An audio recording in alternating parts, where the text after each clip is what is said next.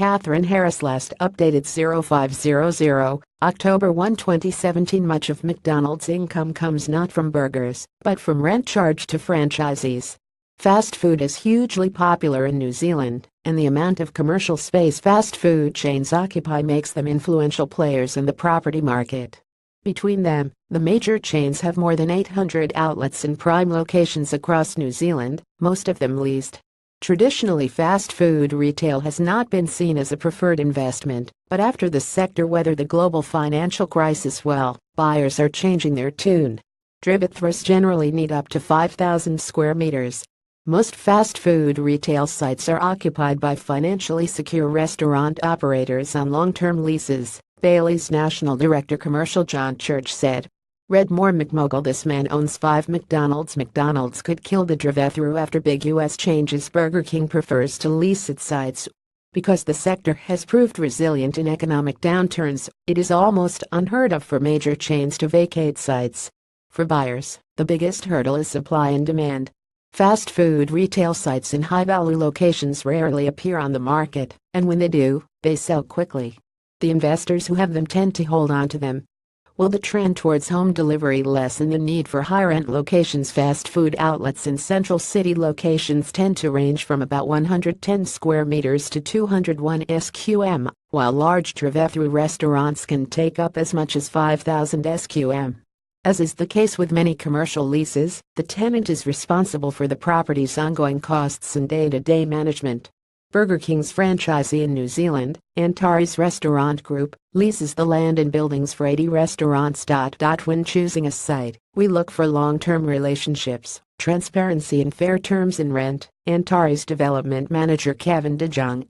We are always looking for new opportunities and have ongoing growth targets for new restaurant openings.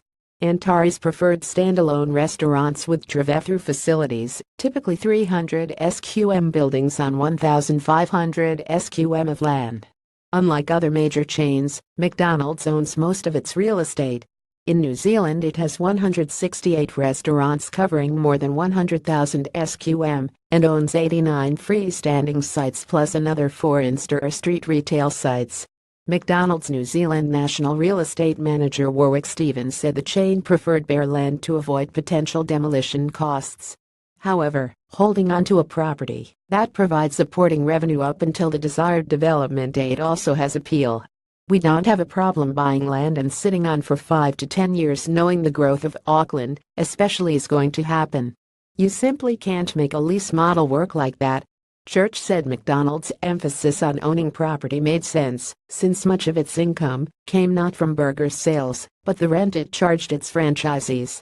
In addition, land and property values have increased considerably in New Zealand since the GFC, which means the overall collateral value of the company's property has increased too.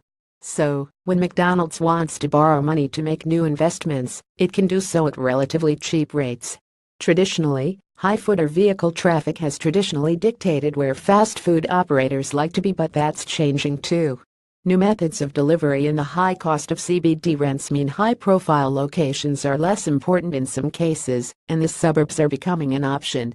Most of the big brands now offer home delivery, and Domino's Pizza, which has more than 100 stores in New Zealand, successfully tested drone delivery late last year.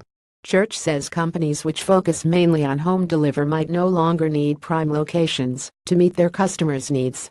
Pizza Hut, which closed the last of its red-roofed, sit-down restaurant in Auckland's Newlyn last year, had been moving for 20 years towards smaller, lower rental outlets and a focus on delivery, and Domino's and Hell Pizza have been following suit. McDonald's is also experimenting with home delivery. It conducted trials in Auckland last year and now has a partnership with delivery service Uber Eats. It's also reviewing its presence in some food courts which are in decline.